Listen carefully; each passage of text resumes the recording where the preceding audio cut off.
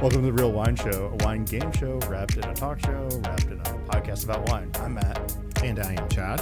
So our first segment is kind of like Wait, Wait, Don't Tell Me. We're calling it Spot the Corker, where we read possibly fictitious pieces and ask each panelist to decide if they're true or false.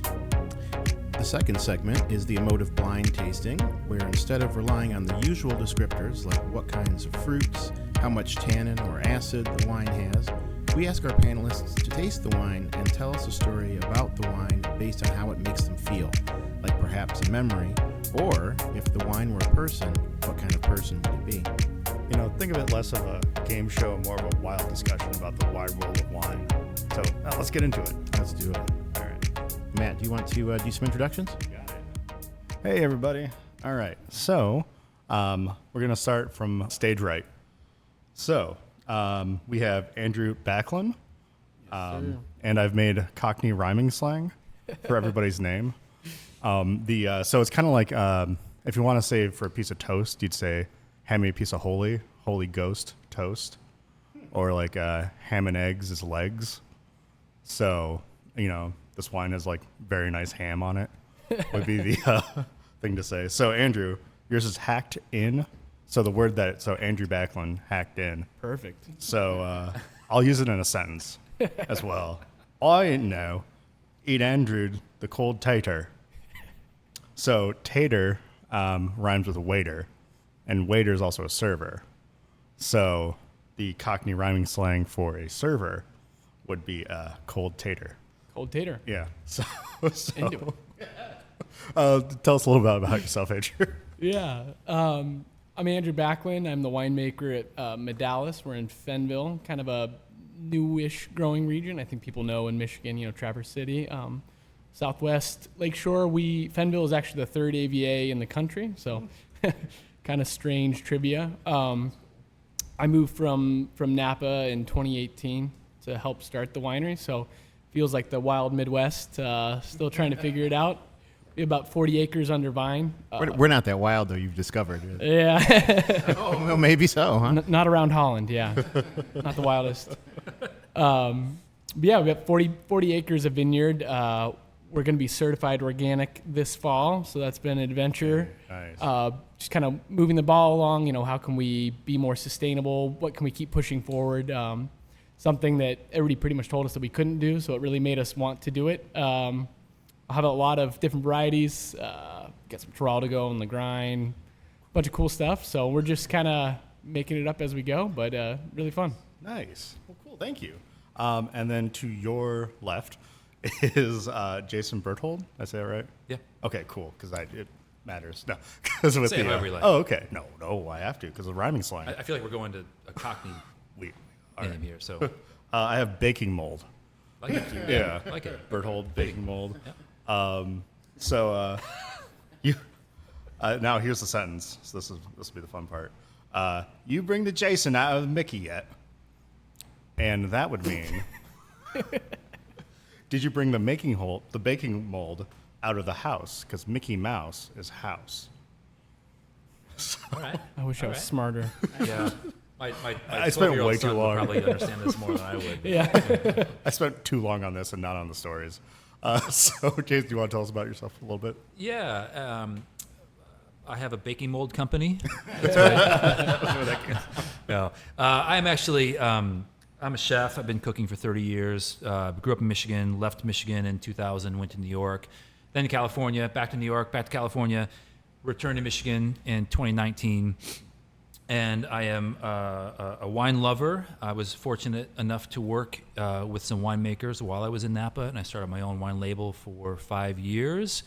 Now back in Michigan, I have the itch to get back into making some Michigan wine. So I'm thrilled to be here today with this group. Those were, your label was Courier, is that right? Courier, yeah. Cool. What's your rhyme for that? What's that? What's your rhyme for that? Spur. Courier. Spur. So make sure your couriers ain't too sharp, or you'll hurt the horse. All right. I don't know. That's. You could let me. You're not Cockney, are you? We could have dead air. We could have dead air for 5 minutes, or it could be better. Cricket. And then we have to his left, Domenico Musumeci. Okay, so this one took a little while. I went between Dante Gabriel Rossetti, who was the English poet and painter who was the leader of the Pre-Raphaelites in the 1850s. That's a little harder to make a sentence about. We don't have that much time. So there's Ondontocetti, which are toothed whales, dolphins, killer whales, like that, porpoises. So the sentence would be, "Nar, mate, no way a blue whale is a Domenico. It got baleen teeth." Is the sentence. I stopped listening 5 minutes ago, to be honest with you. Nar. Nar. I started doing Australian, and then I was like, nope, abort. So, Domenico, you want to tell us about yourself? Sure. My name is Domenico Musumeci. I, along with my sweet, beautiful, and talented wife, Elise, own and operate 2 wine labels from the comforts of our small and humble farm in Hart, Michigan. The first label is Kamusu. Kamusu makes dry, sparkling, living wine from grapes grown on our farm. The second label is Wine Which we have in Pirati. our glass right now, I just want to say, and I'm really enjoying this one. Eccoci. Thank you. And we can touch upon that. The second label is Wine Pirati. Wine Pirati makes rustic living wine for the adventurous from grapes or fruit grown mostly off of our farm, with a preference to source fruit from small vineyards with character that are situated as close to home as possible. That's cool. It's situated as close to home as possible. As close to home as possible. Meaning the varieties No, themselves? meaning the vineyards themselves. So for example, for Wine Pirati, we don't purchase grapes from wineries. We purchase grapes from small growers. And when I mean vineyards with character, that could mean that this is a particularly interesting vineyard site. It could be old vines. It could be a mix of varieties. More often than not, it's a reflection of the farmer. So we like collaborating with farmers who could be described as characters themselves, because in many ways that translates to the project that they're overseeing. So no, it's no disrespect then when I say you yourself have been described as a character as well. As we articulated earlier, Chad, I've been called so many things to my face and behind my back. At this point, I don't rule anything out. Yeah. Awesome. That's great. Yeah. And you've got some estate vines too. Correct. We Yeah. have about 6.5 acres under vine on the home farm, roughly 30 different varieties at this point in time. We farm everything with our draft horse Buster, and we really embrace the more natural side of viticulture, whether that be a native biodiversity or using indigenous microbiology as the bedrock of our spray program. We operate a little differently, but it's a journey no matter how you choose, and we're comfortable with where we're at so far. Awesome. Thank you. But I go. That was great. So after that round, it's a combined total of 75 points. And now, do you want to do one? I can get one going. Wait, so do we share that 75 points? No, they're split. Equally divisible? No. No, but a mystery. Yes, it's a mystery so far. All right. Actually, they are all equal Dun, right dun, now. dun. Because it was introductions, and you didn't know that you were playing a round. So, you got one ready to go? Sure. All right, cool. All right, gents, let's hop into our first news story for you. Again, you'll be charged with deciding whether this story is true or false.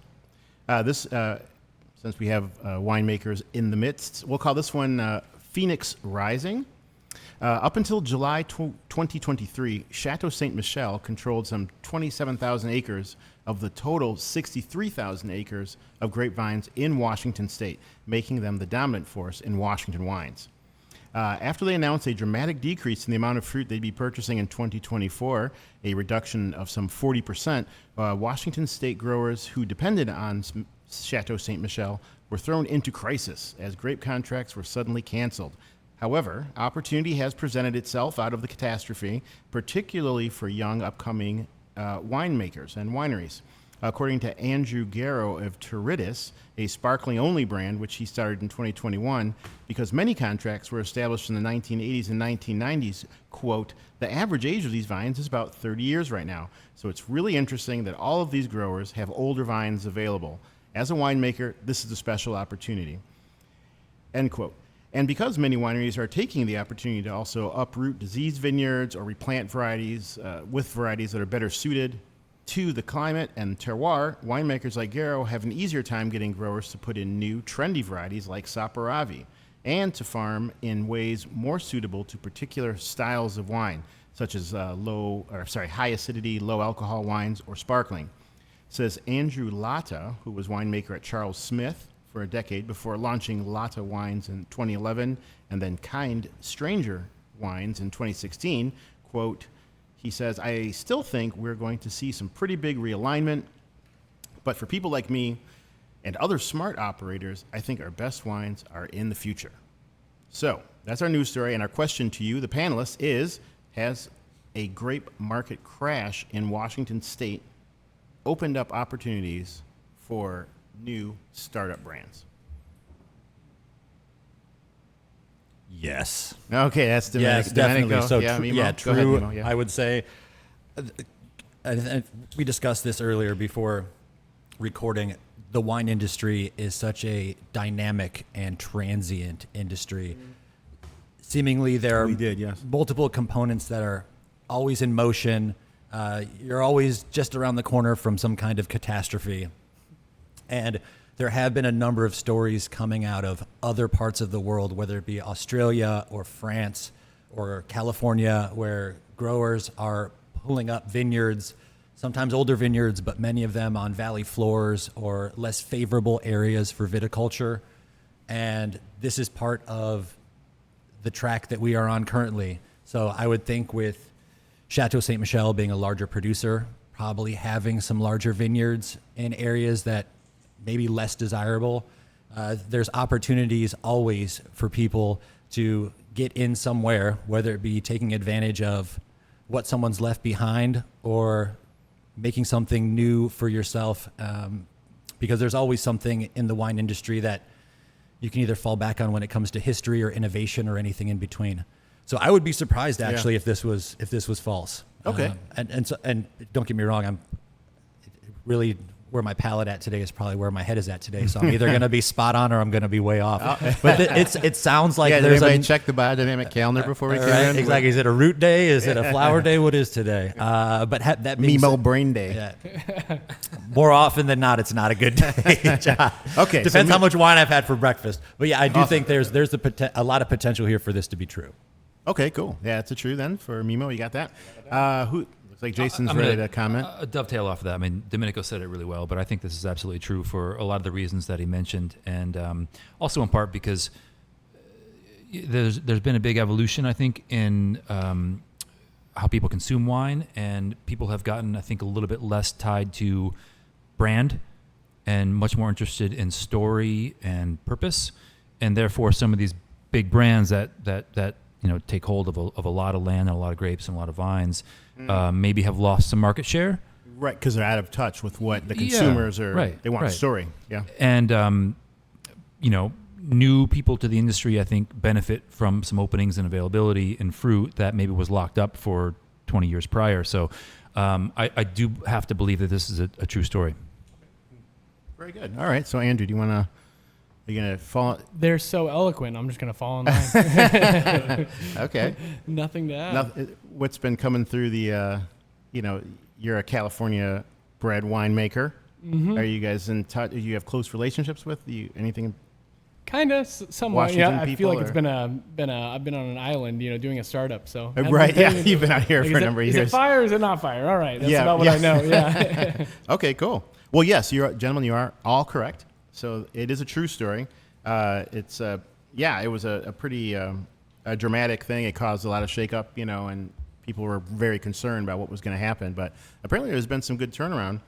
Oh my gosh, where did my notes go? And as we were talking about with the Turidis wines, they're in the market, aren't they? Yeah, they are. I've seen them. Yeah. So it's cool, and I wanted to have a follow-up question to that because I was thinking about, having three winemakers on the panel. One of the things was if you wanted to talk about how difficult it is to find fruit sources if you don't really have developed estate sources. I mean, is this kind of a normal, what do you call it, market adjustment, I guess, maybe where maybe brands come up and, big brands are buying, you mentioned, the big brands buying up all the fruit. And so when they do cycle down, does that provide opportunities for upstarts? Fresh starts, what do you call them? Nice. Upstart sounds. Well, as you guys know, Michigan is still a developing wine industry. Despite the history with Fenville and some other locations, we're still growing. And you have circumstances like this year because of winter injury and spring frost where there's a lack of fruit in Southwest Michigan, but there seems to be ample fruit in our part of the world and further north. And so we noticed with some of the vineyards that we partner with, there was a lot of interest from Southwest Michigan because people knew to start looking for fruit early doors. Now, that being said, last year, with it being a bountiful year and a high quality year, I know of a lot of fruit that didn't find a home. And that's unfortunate. Now, we're not in the position of, say, somewhere like the Willamette Valley, which is so overwhelmed with Pinot that, even sometimes in years that are sparse, it can be difficult to get rid of fruit because that's just where they've positioned themselves. And don't get me wrong, it's nice when you can market a region off of one variety. It makes it very easy, right? It makes it very easy. Yeah. But you also have to be wary of that, even more so now with the realities of climate change. There will be a matter of time where that may no longer be viable for them. And it's one thing if you have to adjust a quarter of what you're farming, but if you have to adjust 3/4 of what you're farming, that is an entirely different circumstance altogether. I think we see that here, but I don't think we see it quite to the extent that other more well-established wine growing regions are experiencing. Yeah, you can pivot a little easier instead of having so much infrastructure that kind of weighs you down. It's easier to turn a canoe than an oil tanker. There you go. Yeah. Nice.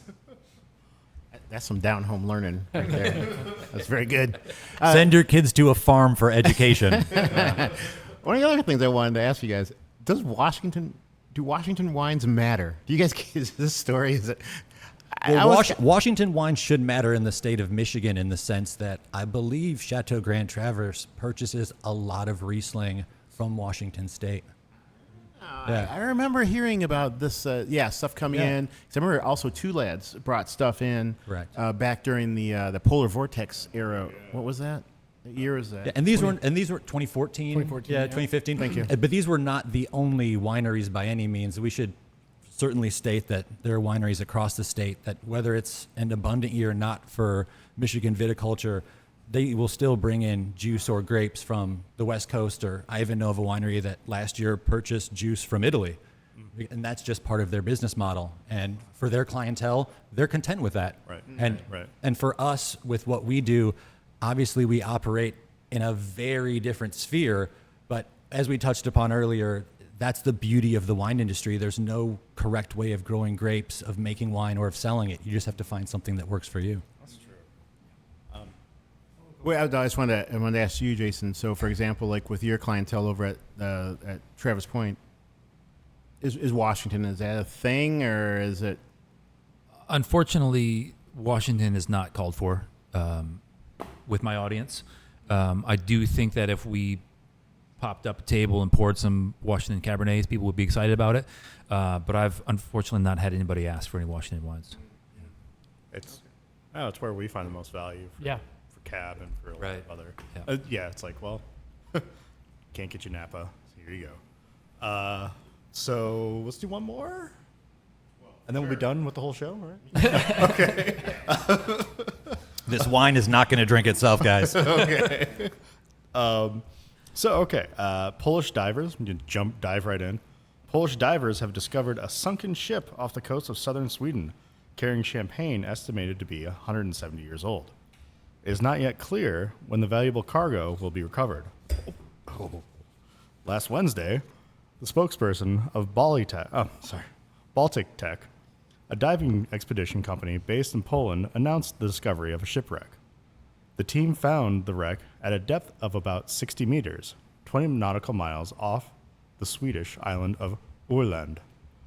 The ship, probably dating back to the 19th century, carried cargo of champagne cases, mineral water, and porcelain, all astonishingly well preserved. According to Baltic Tech, the seals on the ship suggest that the dates were between 1850 and 1867. Fragments of inscriptions on the cork suggest that the champagne may have been produced by the French company Louis Roederer. According to Thomas Stachura, in the video message, a diver explained that the cargo apparently belonged to the Russian Tsar, and he implies that this champagne could be a special edition created specifically for Alexander II. This could be Roederer's prestigious Cuvée Cristal, which, okay, there it is. However, was first produced in 1876, 9 years after the earliest possible date for this thing to have gone down. Shipwreck. The ship, like this speech going down. Even if the champagne is more ordinary from the mid-19th century, the discovery remains significant. In 2010, divers off the coast of Åland discovered 168 bottles of champagne from another shipwreck. That champagne from brands Vive Clicquot, Juglar, Heidsieck Monopole, dated between 1831 and 1840. At an auction, 64 well-preserved bottles fetched around 110,000 euro. Legally, the fine would now be under the jurisdiction of the Swedish province of Kalmar. The Maritime Archaeological Research Institute at Sundtorn University in Stockholm, responsible for underwater archaeology in Sweden, has also been informed. For now, it remains uncertain when or if the liquid treasure on the seabed will be recovered. And hopefully I recovered that well enough that you guys understood what I was saying. And is this true, or did we just crash a story into this podcast? If it's not true, I think you're an amazing writer. So specific. Even if it is true, he's still an amazing writer. Oh, Right. Thanks, buddy. That's some points. Right there. Yeah, there are sucking up points, guys. Just Flattery will get you everywhere. That's right. That's right. Yeah. Did I say how good looking you are, too? Who said that? You smell great. Yeah, okay. I mean, it's certainly it's a well-worn trope, isn't it? I guess. I mean, it seems like they find like champagnes like sunk in the Baltic all the time. Yeah, so this is 100% true. For sure. And for that exact reason. And I remember hearing about this story and many others like it. So much champagne got moved from France to Russia, and a lot of those ships went down for whatever reason that they're currently finding. And in many ways, this is inspiring producers to age their wines specifically on the sea floor, which now is becoming increasingly popular in Italy. I don't think anyone's doing it in Lake Michigan yet, but we could be the first to collaborate on something like that, guys, Right, if that's yeah. something that interests you. Right now, it's illegal. Right? It is illegal. Yeah. So sadly, they've tried to do it in California. Oh, so contrabando is what you're saying. And Yeah. a lot of Italian. The Prosecco has been doing it, or they've done it with Prosecco. They've done it with a lot of things. Yeah. And the importation, they said, no, can't do it. Yeah. So. But I think maybe some of the details of this story may or may not be complete, but I think in its entirety, I agree with Andrew. This is for sure true. Andrew, what in particular is illegal about putting? Is it, what do you call it, storing wine in the lakes? I think it would just be if there's ingress of water in there. That's probably the reason. If water seeps in, it'd be an addition of water, and Right. that'd be my guess. I don't know. I would think Chicago has cornered the market on dumping things into Lake Michigan. Yeah, right. Like, tell me something. Let's go sink it in Gary, Indiana. Like Dave Matthews Band, too. Okay. Jason, what do you got? My short answer to that short story is that it's true. Okay, cool. In part because I read Marshall Ware's newsletter. Why didn't you answer first, Shout out to Marshall. Could have saved us a lot of trouble. Well, all right. That's all 20 points on top of the flattery points. So So what do you guys make of that kind of thing? Like because there are a bunch of brands who are aging. What do you think as winemakers? I mean, could you? I mean, If I could, Andrew, I'm talking to you. I Yeah, would. would you in particular? Yeah, 100%. But does the captain have to go down with the ship to make it Pray not. legitimate? Like, sorry, but you're out. But I mean, what's the process here really? Is it the cold? I know there's like the motion part, like the gentle. Correct. Yeah. What do you say? Yeah, there's certainly something to it. I think there's enough evidence now to suggest as much. But much to my point earlier, there is so much opportunity in the wine industry to either revisit what people have done in the past or to innovate beyond your wildest dreams or anything in between if that's proven to be successful for what you're trying to achieve. The opportunities are endless. Jason and I were having a conversation before we got on mic, and just having that conversation that if this is something you're interested in doing, whether it's growing grapes or making wine or selling it, not forgetting where you came from, and which is, I think, crucial maybe in many walks of life. But also, don't try to be something you're not.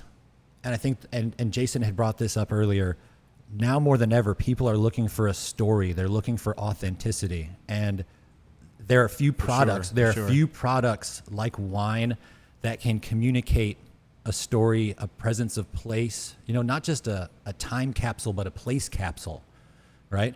And we should take advantage of that as persons in the industry and use that to our advantage. As a starting point to tell those stories. Correct. Because, I mean, that expression of authenticity is unrivaled. Correct. Because if I'm out there hustling bananas, the story's only going to go so far, right? But when it comes to the wine industry, my goodness, you can talk about the grapes, you can talk about where they're grown, you can talk about how they're grown, you can talk about how this wine is made, you can talk about the history of the region or the producer. My goodness, I've worked with people who sold wine and they talked about it based upon how it made them feel. So when I'm feeling this way, I drink this wine. Or if I'm having this kind of day, this is the bottle I reach for. And pairing it with these kind of emotive experiences as opposed to, when I sit down and have spaghetti and meatballs, I reach for that bottle of Chianti, right? Or whatever it may be, just as an example. Sure. So I think we are in trying times for sure, but we have such an advantage in this industry. And as in any industry, lean in what's working for you. Let's lean in right now with the glass check. So what are you guys drinking? What is your mood? What is it? What do you guys have? Who's drinking what? oh, yeah. Go for it. You want me to talk about? Yeah, so I think I already chugged mine. So. You might not get any left. You may just get the very lazy bit at the bottom. So what we have been drinking was 2023 Wine Pirati Capitano. So for Wine Pirati, we like to come up with little stories for our wines. Capitano means captain in Italiano. For whatever reason, Elise and I have always pictured Capitano to be a female captain, pirate captain. So she does have a bit of elegance to her, but there is a certain strength and forcefulness that's required for someone to lead a pirate ship. Capitano is the only classic blend that we do. All of our wines are blends, but Capitano is that classic pairing of Chardonnay and Pinot Nero. And this is, with all the wines with Wine Pirati, it's nothing added, nothing removed, bottled just before the end of primary fermentation. So it's classic West Michigan Chardonnay. You get a little bit of that structure from the Pinot. It's the most vigorously sparkling wine that we make. Ages beautifully. And what we like about these Wine Pirati wines, by leaving a little bit of the lees in the bottle, it not only maintains a bit of integrity and purity, but it also adds a bit of protection. Lees are a protective component to wine, and since we don't add any type of preservative, that's helpful. It also allows the wine to evolve as opposed to just mature. As you guys know, with classic method sparkling wines, the reason you do that secondary fermentation and integrating the lees into that wine is to allow for an evolution of the product and not just a maturation of the product. And so we've seen that. Yeah, it's a delicious wine. Right? I mean, I thank you. And so we've certainly seen that to be the case, but you have to be able to appreciate the living component to it. For some people that have been conditioned to very sterilized wines, sometimes that can be off-putting. And then again, with that sterilized component, if you're used to wine that's overly fined, overly filtered, if you get a little cloudiness or sediment, that could be off-putting. And we're the first to recognize that. And sometimes that understanding is broken down based upon demographic. But we found, particularly with the more open-minded and younger consumer, they actually desire or demand some kind of cloudiness or sediment in their wine because it's the sign of this unadulterated natural product. Yeah. So you disgorge without the freezing kind of My thing, goodness, right? no. Or- So we haven't No disgorged disgorge? Oh, this it's at not all. disgorged at no. all. So with Kamusu, we will ultimately most likely disgorge with those products if that's what the market is asking for. But when I described Wine Pirati as rustic living wines for the adventurous, oh yeah, these are for sure rustic. And Okay, some yeah, I have guess so. some have less sediment, some may have a little more. Don't get me wrong, we're not going to sell you a wine milkshake. We have no interest in doing that. I think we understand, I hope we understand winemaking techniques well enough where we're not going to get that degree of sediment in a bottle. But yeah, we would only disgorge if we absolutely had to, because unless something falls out during the winemaking process, by the time that wine goes into the bottle, even if it needs to finish its primary fermentation, we're content with letting it be as it is, as long as the market's willing to bear that. But we like how the wine can be enjoyed decanted, so poured free of the lees. Sure. It can be agitated, and you can have that lees homogenized, or you can enjoy it glass by glass. And as you can see, Jason got the first glass. It was crystal clear, and he got the very last bit, which was quite murky. But what we found with clientele is that they oftentimes appreciate it one way or the other, but they find that they do appreciate it for that experience. And as you Okay. know, wine is an experience. For right? sure, And yeah, wine yeah. could be the experience of just, hey, it's been a long day. I need something with alcohol in it that's cold and refreshing that I don't have to think about very much. Yeah. But wine can also be something where, yeah, if I want to sit there and think about it or talk about it, if it affords me that opportunity, not such a bad thing. Okay. Yeah, Andrew, you make the pet nat, right? The S-Lo-K-S, right? S-L-O-K-S. It is what Yeah. it is. Yeah. That one, though, you do disgorge, or no, you don't, don't, either. no. Okay, I think cool. That's really cool.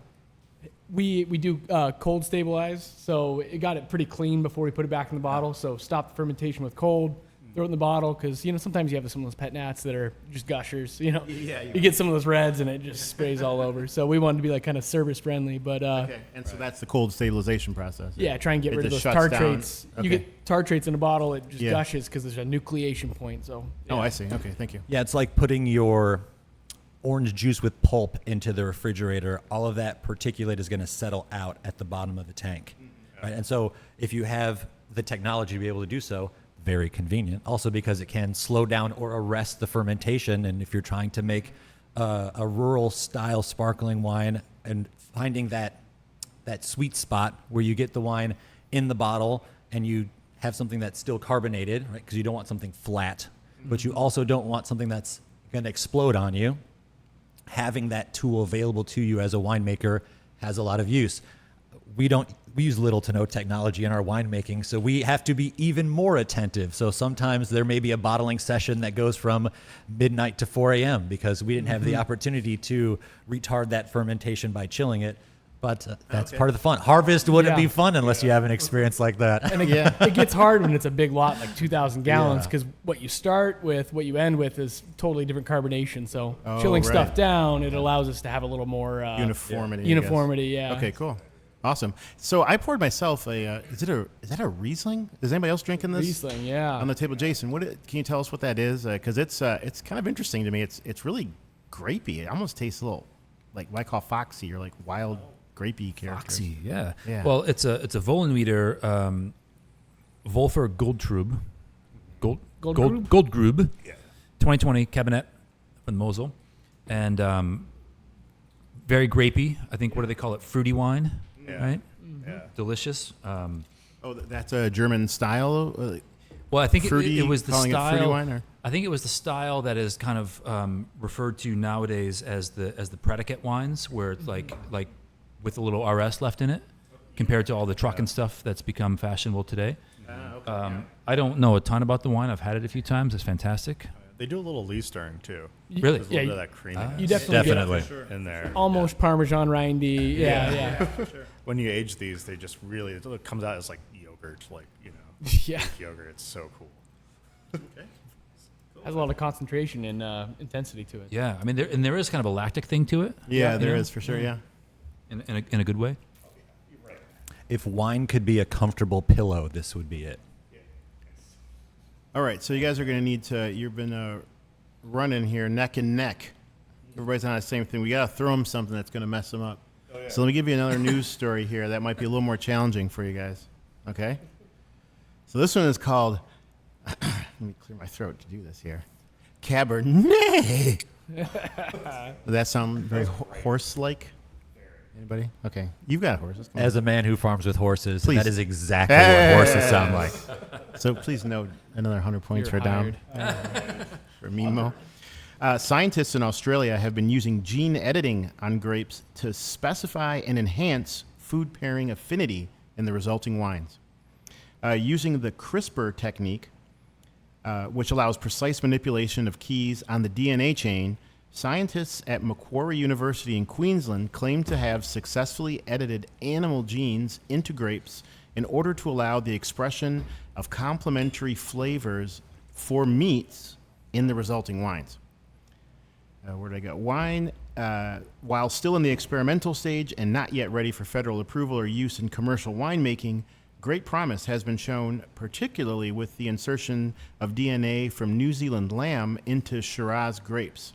Quote, "It's really incredible," says lead researcher Stephen Irwin, "that we have been able to isolate the lamb gene responsible for metabolizing mentha spicata, the common spearmint, and by inserting it in place of the standard R34H1 receptor, it's R34H1 receptor, transmitting minty flavors to Shiraz, which combined with the naturally gamey quality of that Shiraz, tastes remarkably like roasted rack of lamb," end quote. Initial results have also been successful with chicken genes, which have been successfully inserted into... Stop shaking your head and just listen to the story, Mimo. Initial results have also been successful with chicken genes, which have been successfully inserted into Barossa Chardonnay, although enhancements are not as noticeable, says Irwin. Given recent concerns and protests against genetically modified foods, it's not clear whether any of these research efforts will see commercial application. But the thought of a Cabernet optimized for a classic Viande du Cheval makes me giddy. Oh, that's horse talk. Well, That's the end of the story. I'm sorry. is this Yes, that's the end of the story. And my question is to the panelists, to you guys, is have animal genes been successfully inserted into winemaking grapes? Is there the cat piss gene for New Zealand? Do we got that going on? I'm going to jump in here. Ann and I are both wearing animal jeans, chicken jeans, Chicken you will, genes. right? But this story is absolutely false. It sounds disgusting, and I truly think that somebody up the chain would have said this is a bad idea. But listen. We're talking about GMO. This is what GMO is, right? Genetically modified, right? That's organism. Yeah. What is it? Organisms. But I don't think a consumer would want to taste roasted rack of lamb in their Chardonnay. sometimes Pinot like Noir. tomato is tough enough in Yeah. Syrah. Yeah. So it's like So I right, have all to right, Mr. agree. I have to Critical. agree with Jason 100%. Don't get me wrong. Genetically modified organisms do exist, and sometimes you do get some genetic modification that is scary. Now, that being said, if this is at all true in any way, shape, or form, I'm not a particularly religious person, but I do believe in a higher power, and I would pray to the wine gods and all that is holy that somebody puts a stop to this island of Dr. Moreau monstrosity that is happening before our eyes, because this is scary. And don't get me wrong, I do think innovation is crucial moving forward, particularly with regard to climate change. We were just talking about But that. this is not a direction anyone needs to be heading. In fact, and this is probably indicative of why we do things the way we do on our farm and in our winery. But I often find that the less humans involve themselves, sometimes the better. And so this is certainly an example where if this is the lengths that you're willing to go to, you probably should have stopped a long time ago. what you got, Andrew? No. No, okay. All right. Well, you guys are very savvy, and it is a false story that I did make up in the Jason hopes of- gets the gold star. He led the train on that one. Yeah, he was very firm with that. Yes, he was very definitely. emphatically no. I love that you looked up the gene. That was selling. No, it, I though. made that Yeah. up. That says it. I just thought it sounded technical. Yeah. R34H1. It sounds like a bird flu virus strain or something. So I thought maybe. So let me ask you then. So I was thinking about, because we were talking, I think, in the last episode about adaptations that are happening, in winemaking to climate change. And so if we're, I guess what I'd ask you gentlemen is, what are your thoughts about what kind of adaptations in particular would need to be made, like within Michigan, do you think? Let's say, just in this context. You can talk about anywhere, but just generally, what kind of adaptations are really happening? Like, if a winemaker, say, in Fenville is, what if you're suddenly I don't know what the weather's like. Yeah. I don't get west very often. I haven't come out to see you yet. I'm sorry. I will be there. But I haven't been out west very often. But, what are you seeing more of? And what is climate change, I guess? Is the question I'll ask first to you, Andrew. What does climate change look like in Fenville? Or not Fenville, but Yeah. Fenville. Okay. I mean, it's just things keep getting more and more erratic. So there's no planning. In the 70s here, you knew it was gonna be cool. You're gonna have a cool growing season. Stuff was gonna shut down. You're gonna be good. Now it's anybody's guess. Like we had 1 negative degree day this last winter. So more extreme weather. More extreme. Yeah. So Erratic, extreme, yeah. big lows, big highs, big weather events. So you just can't rely on historical averages on what you're going to do. So what are your adaptations? yeah, I mean, I think when I came here, I was more of a vinifera chauvinist a little bit. And now I'm seeing like, okay, if our North Star is sustainability, what do we have to do to reach that? So getting a lot more open to some of these peewee varieties or hybrid varieties that maybe I wouldn't have worked with before. Peewee? Peewee. What is that? What is that word? Peewee. Yeah, the Germans will call it PV. Americans will call it peewee. It's an acronym for disease-resistant wine grape. So essentially, in Europe, they have their own disease-resistant wine grapes. Some are more readily acceptable than others. Are those are hybrids as well? Or So yes, those are hybrids. So for example, some of the PV 1.0, if you can call them that, what we would traditionally call French American hybrids, things like Saval Blanc or like Baco Noir, these would be considered first generation PV. Now you have varieties that are coming out of countries all over Europe. So whether it be Italy, so for example, we grow Sorelli and Flirtai, which are designed by it's a collaboration between a nursery in Friuli called Viva Cooperativo Rauscedo, and then there is a University of Udine that they're working with, and the Sorelli and Flirtai varieties are based off of Tokai Friulano, then crossed with a resistance partner. And they've done a number of other varieties. They've done some based on Cabernet, Merlot, Sauvignon Blanc, Glera, Pinot Nero, Chardonnay, Pinot Bianco, Traminer, the list goes on and on and on. But there are other countries that have done this too. So Germany have come up with their own PVs, Switzerland. More often than not in Europe, when you're getting PVs, they are breeding for disease resistance. So you're going to get 90 to 95% vinifera DNA, and the remaining 5 to 10% is going to be either American grape variety or Asian grape variety to impart that disease resistance.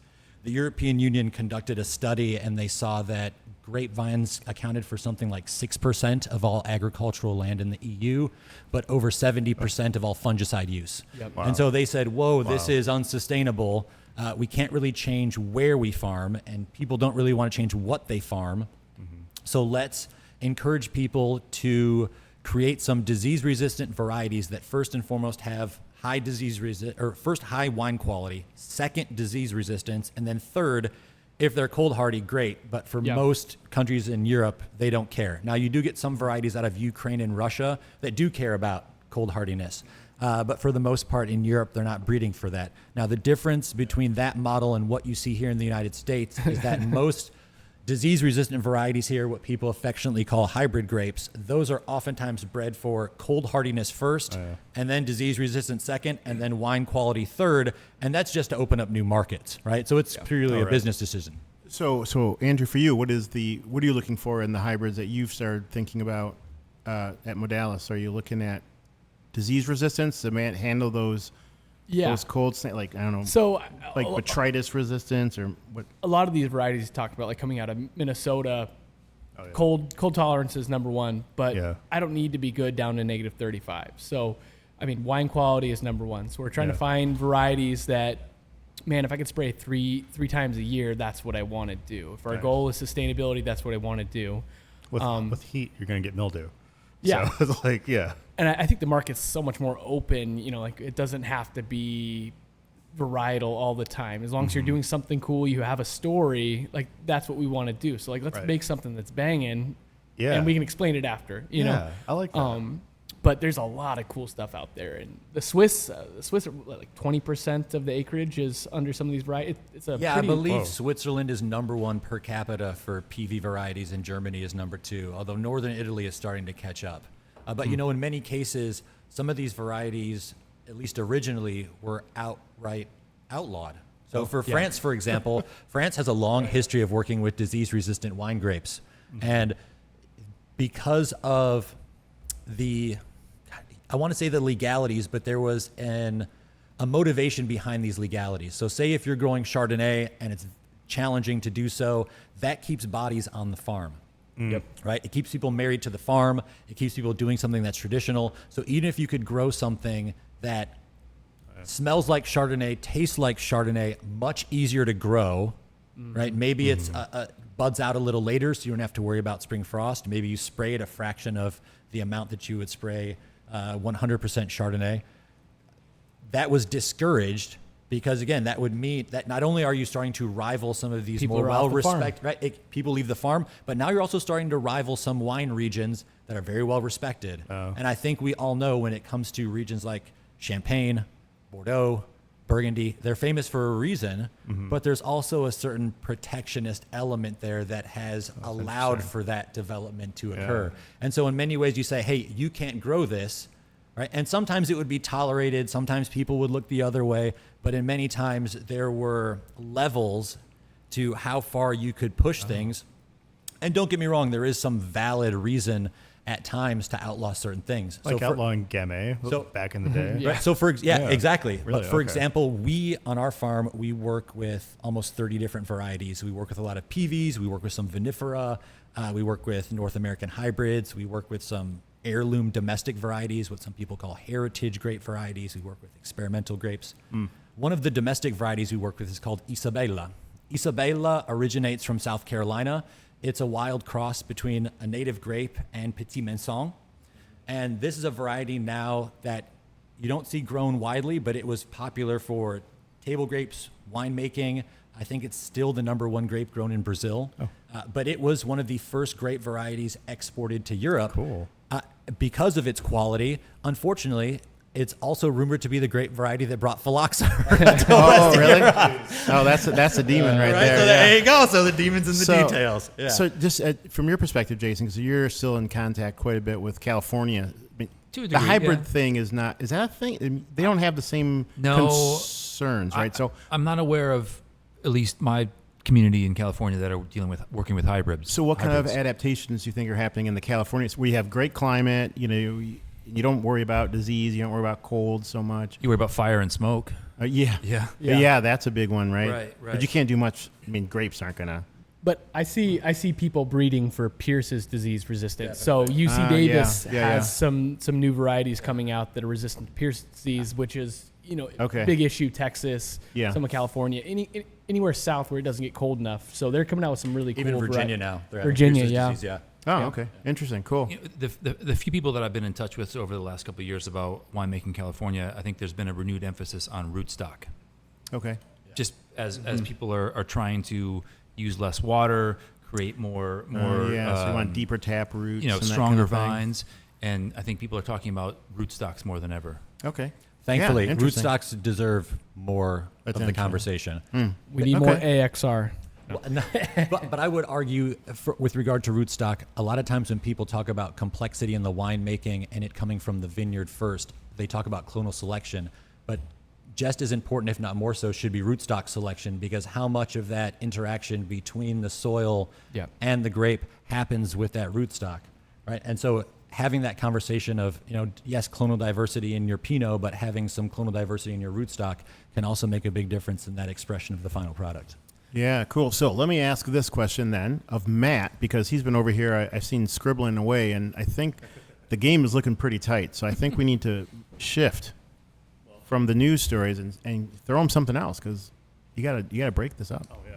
Well, actually, it's not that tight because you've been awarding Domenico like 100 points. So it's 203 to 145 to Jason and 130 to Andrew. So you got to get those points up. Love that shirt. I love that shirt. So we're going to do – oh, sorry, Jason, you're going to say something? I didn't mean to – oh, okay. Not important. Oh. But to tag on to that California thing, some of these hybrid, I think people are starting the conversation to have a completely no spray vineyard. Yeah. I mean, Yeah. I think they can. which is very cool. I think the That'd be market awesome. is ready, at least in a niche way, to have a completely hands-off vineyard, and I think that's exciting. Definitely. So for us, that is the goal on our farm, is to have minimal input, maximum outcome. And starting with that minimal input is a discussion about your spray program. And you're 100% correct. There are now people, whether it's in California or Washington State or the Willamette Valley, where I spent some time, where they are now entertaining some PV varieties or domestic hybrid varieties or more just disease-resistant varieties for that very reason of trying to achieve what a no-spray program looks like. Because even if you are adopting an organic or biodynamic or some type of ecological spray program, fossil fuels are still an issue. Compaction from making all those trips on your tractor is still an issue.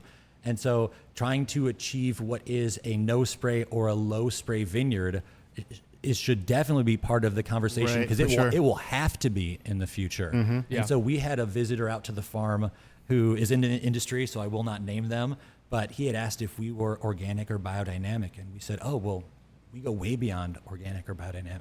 And he looked at Elise and I and with somewhat condescending tone said, what goes further than Bio-D?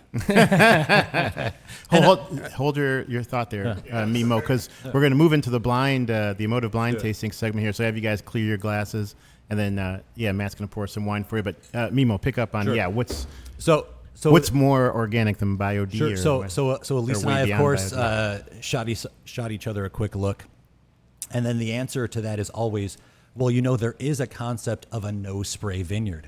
Yeah. Right. And that goes way beyond biodynamics. So if that's your starting place. Right. Because there are biodynamic treatments that you spray. Exactly. Right, and even if you're still using a tractor, as I said, that still encompasses the challenges that inherently come with farming with large equipment. And so if the starting point is not how do I farm, an acre of Pinot Grigio in Berrien Springs via this biodynamic model, what if the model is instead, look, I'm going to plant something that I don't have to spray, and to Andrew's point, I'm going to brand it and market it differently, and it will have a story. And quite frankly, I think there's a lot of potency to having that narrative. Okay. Yeah. Cool. Well, thank you guys. Let's talk about this the blind tasting segment here. Now you've got it in your glass, and as a reminder, what we're looking for from you here is an emotional response to the wine, right? Like, how does it make you feel?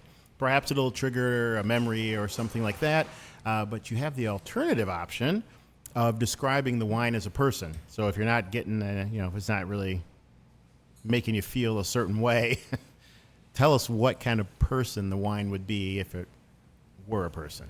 That's one way to look at it. And I'll just update our listeners here as you guys are giving us a couple of minutes. Looks like, Jason, you're thinking it's a little cold for where it should be. Sorry, I brought it out. I had it in the fridge. I'm sorry. I tried to let it warm up a little bit. But it is, just for people listening, it is I guess what would you call it, a white wine or? Oh, I thought you were going to say it's an 83-degree day outside, and there's a lot of heat, so keeping it cold's fine. Okay. We'll deal with it. Yeah. What was the original question? Yeah, is it white wine? Is it amber? I don't know. Well, I think it might be some skin contact white. But there is I'm not getting a lot of oxidation, but I'm not supposed to be running the grid. But I'm not a part of the game. I make the rules. But so while they're tasting, how about if you and I have a little side discussion? Like, if this wine were a person, what kind of person would it be in your mind? Anybody want to? I see Diego over there. He's like, I know what kind of cat this is. I'm gonna say Rhoda. from the Mary Tyler Moore Show. You remember that show? Yeah, I watched Nick at Night. Fell asleep to it. Rhoda, she was the funky one. She used to wear the Yeah. the bandana all the time, and she was kind of okay. But she's still able to live in a city and keep a job and so she paid rent and so she But she was like free love. yeah, free love hippie, but still tied together. Oh yeah. I've got a good Go, feeling Jason, about yeah. what type of person this wine is. Give it to us. Again, short answers. I feel like this is a parent walking with their child through a cider orchard, through an apple orchard. Okay. In the fall, I In the fall. presumably. Yeah, possibly in Sebastopol. Okay. It's not like Max Reichwich, by the way. No. He's from Ann Arbor, but he's got a place out there. He's in Sebastopol. Max Cider? Reichwich. Why? No, I don't think he does cider. That's what I was asking about. I just know. I thought maybe you might have the connection with him through Ann Arbor, but he's got an old Mancini vineyard. I know he does, for example. He's got a bunch of heritage, like Carignan and old stuff over there. So okay, so cider vineyard, a parent and child in particular. Absolutely. So you're capturing maybe different aspects of the wine personality there, and It's just with my the call. parent and child. Okay, that's just a call because that's two people. We asked for one. We might have to mark them down for going. It wasn't what kind of persons is the wine. It's what kind of person. Mimo, you're laughing a little too easy over there, man. Why don't you give us your thoughts on this then, huh? You see what you got in the bag. Yeah, so this wine reminds me of the original Iron Chef. The Iron Chef Japanese. There was a member of the panel on occasion who was a scholar of some type. Rokusanjin scholar maybe, and his name escapes me. But I do remember one battle in particular that he was on the tasting panel, and it may have been between Iron Chef French Sakai, or maybe it was Iron Chef Japanese Michiba-san. Both extremely talented chefs, but their opponent was a Buddhist monk. And there's a certain subtlety to Buddhist cooking because of the simplicity of it. And I do feel like this has a certain simplicity and authenticity to it that is Honest expression like, is what Bruce Lee would say. It is, honest yes, expression. it is beautiful. Now, don't get me wrong. I still think Jason hit the nail on the head. So I'm just trying to get as close to the bullseye as I possibly can. But I still think what he said, and maybe this is the problem with the panel today, guys, getting three Yeah. winemakers. Apple orchard. We all rise together. We all fall together. So I wouldn't be Good. surprised if Good we're all man. crossing this Very finish nicely line said. all nose to nose. This guy's a philosopher. Did you know that? You knew that. I knew that. All right, you knew that. That's small farming. On the money, man. That's great. Mr. Backlin, what do you say? I just keep coming up with George Clooney. I don't know. He's little older. He's not a pretty boy, but he's a pretty good. looking guy. Clooney is not a pretty boy? He's the late, epitome of late a pretty stage, boy. late Andrew, stage you're too George damn good Clooney. looking. I don't know. But little refined, little rough still. Maybe George Clooney with a beard. That's kind of what I'm getting. So there's a funny story about George Clooney. So George Clooney, I don't know if he still does, but he used to own a home on Lake Como, Lago di Como. Okay, and so in that area, and I've spent some time in that part of the world. When you went to a cafe and you got yourself a coffee, if you went to the bar and you ordered a George Clooney, That was a thing, huh? not a George Clooney, but a George Clooney, Yeah. you would get a glass with 6 shots of espresso. Because that's what he was He's known a for. madman, then. That's what he was He's known a for. madman, yeah. Awesome. Okay. Well, we have our things then. We have our characteristics. We have the apple, the family, the parent and child in the apple orchard. We have George Clooney. And what was Mimo's thing? It was, honest expression was your thing. Yeah. It was the one that had honest expression and something else. What did he say? That was his emotional response. Rokusanjin scholar, Iron Chef. Yes, that's Iron. Yes. Yeah, that deep. Yeah, There you go. treatise on who knows that much about Iron Chef. Is that the cat, by the way? That's who a would? pull. That's a deep pull right there. I thought so. Yeah. I feel like I trust George, so maybe that's part of it. Just Okay. mirroring. So Looks how does like a that? trustworthy guy. Matt's got some. You want to comment on the scoring before we unveil? What do you think? Yeah, sure. somehow everyone came up together and oh, does anyone want a make a call that we could differentiate? Because whoever's kind of the closest might win, because everybody kind of, it's like neck and neck now. Well, Jason did mention Sebastopol. Are you No, feeling? that was more of a Apple sensory, orchards. Okay. emotive. Okay. All right, good job. Good job. See, I'll get more 10 points for Jason. he said emotive. I'm gonna call Slovenia. Slovenia, okay. It's a good shout. There was a certain funkiness to it, which I think you were getting at with the honest, the expressive part. It's Caramel, speaking- oxidative. Yeah. Mm-hmm. And then the appley thing. Yeah. Anybody else want to venture, take a stab? You don't have to, but if you want to. I think could be something maybe like Malvasia or skin contact Malvasia. Not sure. But maybe California, something like that. Yeah, there could be a slightly aromatic component to it. I agree with that. I think Slovenia or somewhere in that part of the world is a really good shout as well. Yeah, it seems like it's been picking up. The color has got. Maybe it's just because the condensation has come off the glasses, but it's definitely much more amber and yellow now. So, yeah, one of you want to rip it open and let us know what we've got there, and let's see how close we Cover are. off. Yeah. It's a murder weight bottle. Yeah, pull back the mask. Yeah. I can get the zipper undone. So it's definitely from Rutherford. Let's see. I can taste the Rutherford dust. All right. Oh, nice. That's a Oh, great bottle. it's Sylvaner Gruner Veltliner Riesling. Orange wine from Mikel Basilique. Basilique, yeah. Basilique. Three Soupe? Yeah, that's the name of the wine. I don't know what Tretsupe means, but yes, three soupe. I think So it is Slovakia, from yeah? Slovakia, dang. Slovakia. Calling it. All right. It looks like Jason's got the win. He deserves it. We all win together. Well, yeah. Nice. Hey, thank you guys for coming on the show. This was and the Scholium. Wait, are we done already? We need to taste Oh that. yeah, we never. How can we have a Scholium sitting on the table and not do a glass check on that? I asked you guys 2 times about glass checks and nobody. So it's not on me, but I do want to taste it. What kind of wine Chad, is it? It is definitely on you. Yeah, you're right. I guess I'll take This it. is your circus. I'll We are take- your monkeys. I will This take- is on you. Okay, I'll take it. But yeah, have any of you had it yet or not yet? I think everybody's had it. Oh delicious. yeah. Well, tell us what kind of.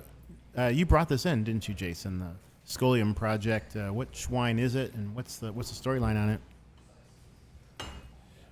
it? Indeed, yes, I brought this in. This is one of 4 wines that I brought today for this panel in particular because I really wanted to have a conversation potentially off mic about winemaker imprint and how the choices that are made in the cellar can impact a finished wine, and how a lot of these wines, some of these wines are 20 plus years old, and this was happening at a time where people consider a lot of this to be faulty wine because of volatile acidity, oxidation, cloudiness, and how I think in 20 years we've come a long way. So again, this is one of 4 that I would like to share with the panelists. But in particular, this wine is Scholium Project 2005, Chain of Tremuccionis from Farina Vineyard in Sonoma.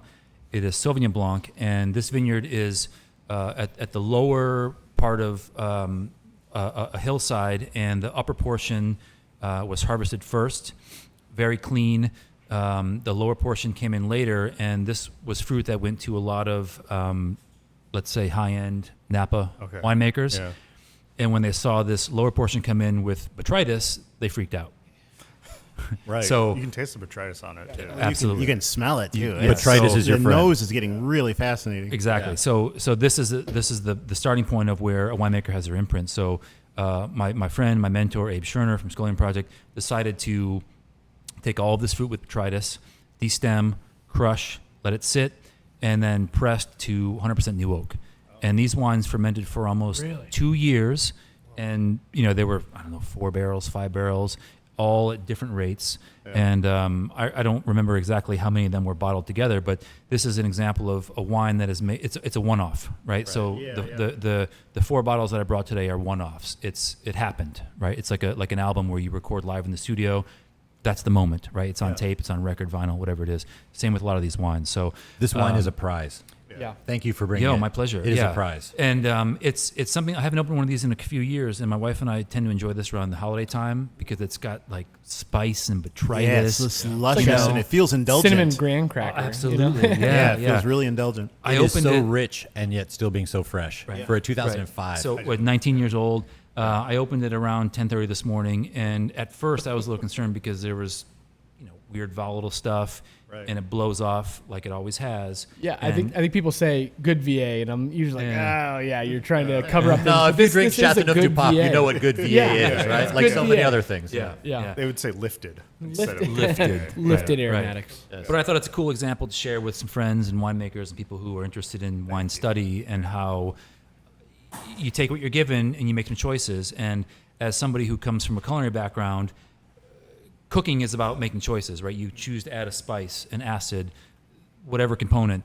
And, some of these wines have spanned 2 decades or more. And I think we're in an era now where there's a lot more openness than there was 20 years ago.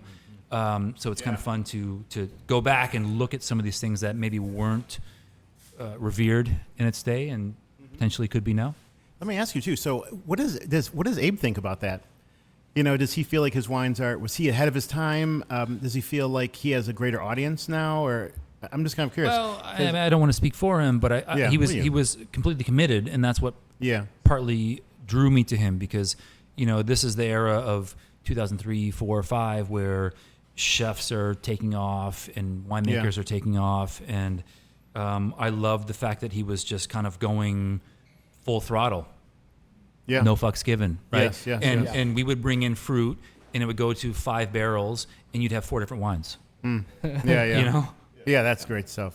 Man, thank you so much for bringing this in. And I have one last thing. I used to make T-shirts under the Aqua Taiku label, and Abe is one of my best customers. He bought the owl Love shirt. that. Yeah, the owl shirt is the one that he wore all the time. And if you're listening, Abe, thank you. awesome. Wait, we're not going to wrap up with a Cockney rhyme. I use them all up. The tank is empty. All right. Yeah. Now, we'll leave on a high note for sure, because this is a really fascinating wine, and we had a great show, guys. I really appreciate all of you coming out. Matt, this was, I think, this is going to be one for the record books. Good thing we recorded it. Hey, and done. How do we stop this? Yes, thanks, guys, so much. Thank you. No, thank you. Seriously, if Jason didn't win on points, he should win for this fucking this wine alone. This is brilliant. Awesome. Absolutely brilliant. Like such character and quality. My gosh. Man. Absolutely brilliant. Thank you so much for bringing this. Thanks, guys. This is so cool.